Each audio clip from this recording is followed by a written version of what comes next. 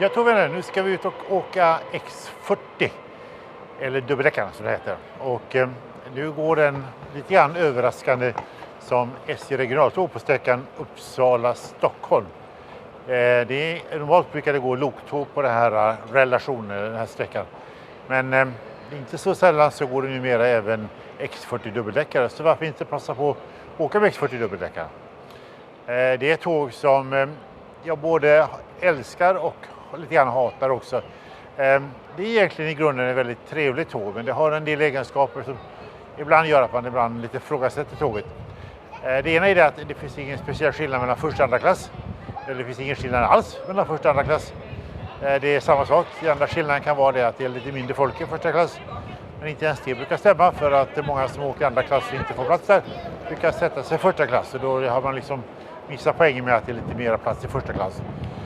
Tåget är trångt redan från början, och är det fullt i det tåget så blir det ännu trängre. Och då har man ju inte fördel av att sitta i första klass där det normalt brukar vara lite mindre folk. Den andra biten är att det inte finns någon mat på tåget. En gång i tiden så hade man varuautomater. Det fanns kaffeautomater och varuautomater på tåget. Och så fick man små mynt eller små tokens, eller vad heter poletter heter det kanske på svenska. Man ser bilder på det här då. Som man kunde stoppa i automaterna. Om man åkte första klass fick man sådana och stoppa in. Då fick man en kopp kaffe i bästa fall.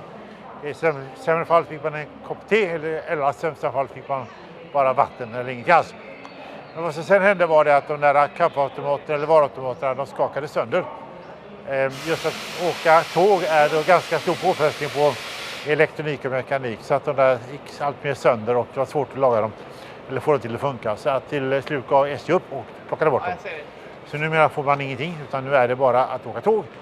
Men en av fördelarna framförallt, bortsett från att man får en bra utsikt uppe på andra våningen, det är att man har internet ombord på tåget. Det har man ju inte på de vanliga SJ regional loktågen. Men häng med, så åker vi med regionaltåget till Stockholm.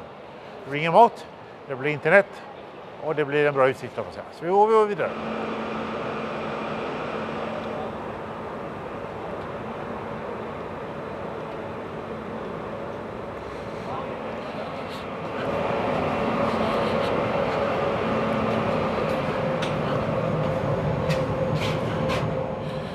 Om man åker första klass får man gå upp för trappan här. Det är väl kanske inget större problem, men har man bagage så kan det bli lite knepigt. Här kan man placera bagage. Och i andra änden finns det så kallade hångelsoffan med ett litet bagageutrymme längst bort. Ja, ska vi åka X40. Det är inte så ofta vi åker med här tåget. Men det är trevligt tåg. Särskilt de sitter uppe i första klass har utsikt. Och inte så mycket folk. Så.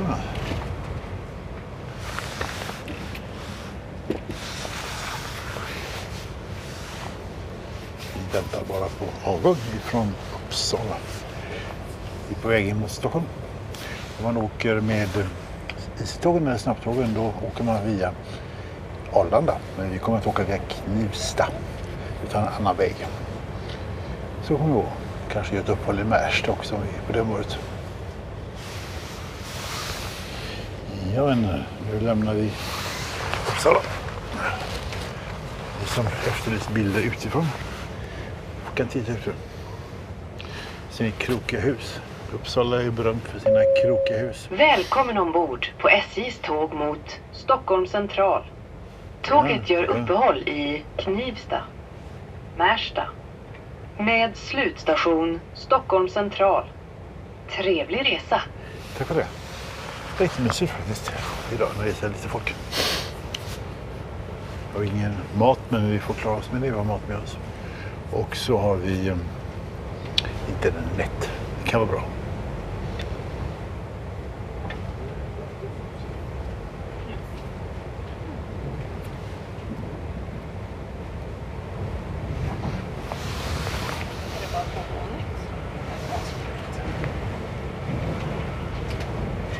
Kanske vi tittar ut.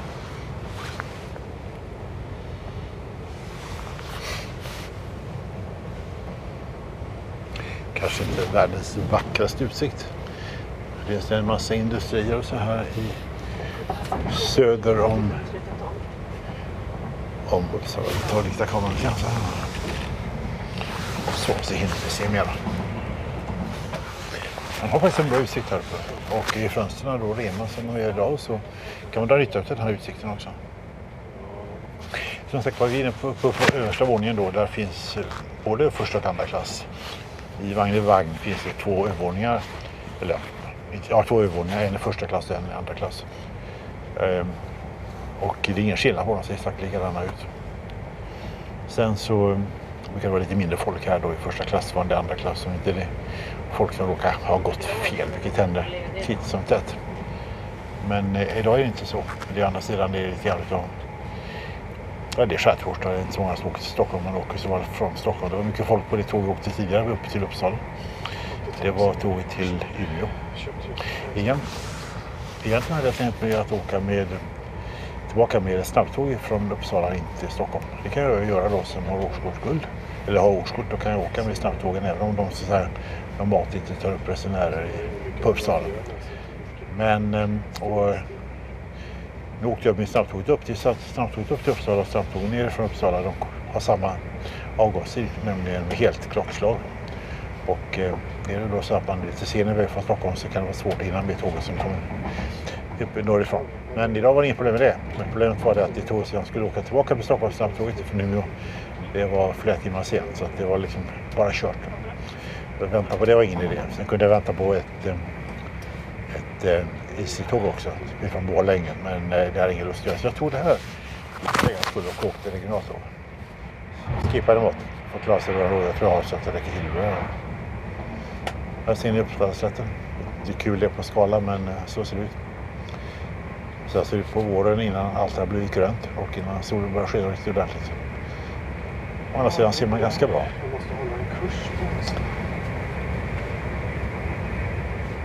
Här har vi det finns en liten rolig, eller jag ska kalla det för rolig, men halvrolig historia om de här tågen. Man beställde tågen från Tyskland eller Schweiz, jag vet faktiskt inte riktigt vilket. Kanske står han i sen då, varifrån de kommer. Men jag hade beställt tror jag 35 tåg eller någonting sånt där. Och när man skulle skeppa de här tågen till Sverige så hade man otur att man skadade ett av tågen. Jag tror det var i lyft eller någon entreprenadmaskin i alla fall som skadade ett av tågen rejält. Och då säger ju vän av ordning att det ville du inte sitta mot tåget för det var skadat. Det var så rejält skadat. Och då säger ju vän av ordning att du vill bara leverera ett nytt tåg. Men det är ju så att tågen som man gör så här, även om man gör stora serier, de görs ju en serie som man har beställt. Så gör man 35 tåg så gör man delat till 35 tåg. Så upptäcker man då precis att ett tåg inte går att leverera för att det blir skadat så finns inga delar att göra ett tåg till. Så det var bara att leva med det faktum. Man fick inte ett av tågen, man fick en slant tillbaka. Nu så kommer en till farbror här och vill titta på vem vi är. Framförallt med alla biljetter. Och det har man. Vi visar vårt kort här då. Hej, biljetterna tack. Varsågoda. Tack för det. Tack. Tackar. Så mycket. Ja då, börjar man byta i Stockholm. Så där, ja, gick ju bra den här gången också. Så ska jag. Ja, så att det där var historien om det här. Var det 35 eller 36 vagn tåget som man inte kunde leverera för det gick sönder så hade man inga reservdelar. Man har inga reservdelar. Det gör ju så att det blir så många tåg som man har tänkt sig. Sen nästa tåg så ska jag att det är någon annan som har beställt det ser annorlunda ut. Så det finns inte plåtdetaljer och sånt där. Man kan inte göra ett tåg à la carte. Det är inget märkvärdigt. Det är ju samma sak även för beställa flygplan och sånt där. Det kan man ju ofta sällan inte. Där gör man ju separat och tillverkar en serie för dem som man har beställt. Så med det. Många tycker de här tågen är dåliga och det är vad man jämför med. Jag tycker att de är ett bra tåg. För det som det är tänkt att vara för korta sträckor. Nu går ju tågen också långa sträckor. Det går mellan Stockholm och Göteborg. Det går också mellan Gävle och Linköping. Ganska långa sträckor. Men Stockholm och Göteborg är långt. Och folk som sitter och åker på de här tågen då, som stannar hela tiden och tycker att det är lite svårjobbigt. Nästa, Knivsta. Så är det. Jag tycker det är jobbigt att åka på de här tågen då därför att det finns ingen mat och sådana saker på dem. Tanken är ju inte att man ska åka så långa sträckor, utan man ska åka en del av sträckan mellan Stockholm och Göteborg, Stockholm, Västerås, Örebro. Tänk på avståndet mellan vagn och plattform när du stiger av. Så är det. Vi trillar emellan. Jo, man ska bara åka sträckor. Vissa sträckor, delsträckor då. Men en del har ju valt att åka hela vägen med tåget ner. Och det kan man göra. Men det tar en stund. Det går ju också en annan väg till Göteborg än vad snabba vägen. Det går ju norr om Mälaren och så. Men åker man korta sträckor som det här tycker jag är alldeles utmärkt. Det är så här fin utsikt och det är faktiskt riktigt mysigt. Tåget har ju gått som IC-tåg en period också. Då hade man serveringar. Det var en period när man väntade tror jag på SJ 3000-tåget. Stig av till höger i tågets färdriktning. Okej. Det är bara där som dörren är plats.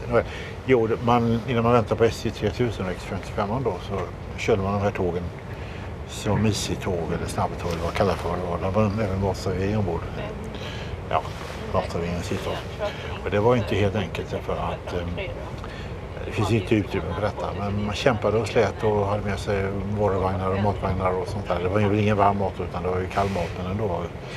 Man hade ju ingen kyla heller så man fick ha kylboxar och sånt. Det var ganska bökigt. Man kämpade och slet med detta då. Men det beror på om man ville vänta med att testa ut SJ 3000 så att det funkar rejält innan man drog iväg med det och började köra en del produktion. Så att det var en tuff period. Särskilt på sträckan upp till Sundsvall då som de här tågen gick. Nu är vi i Knivsta. Säkert en tv-ort. Ser lite lugnt ut idag.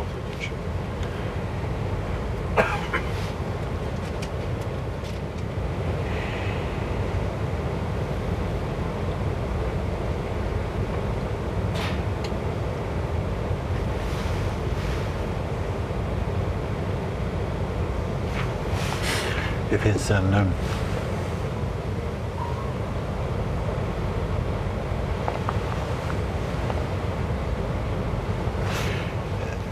finns en sak som är lite speciell med tåget. Det är speciellt men som man alltid brukar bolla diskussioner och det är eluttaget. Många säger att vi hittar inga eluttag till här på det här tåget och folk letar brukar vi sitta mellan säten och så. Det gör det inte på det här tåget. Eluttagen finns faktiskt under borden.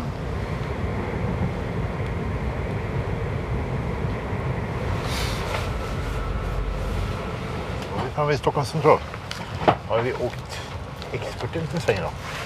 Det kan vara kul då. Nu ska vi stiga av och så ska vi åka vidare med X60 eller X60B. Det vill säga pendeltåget mot Haninge eller Handen. Till syns igen som vi alltid brukar säga. Ta hand om er. Var snälla mot alla andra. Åk tåg. Och tack för att ni tittade och hängde med på X40 dubbeldäckare. Hej då!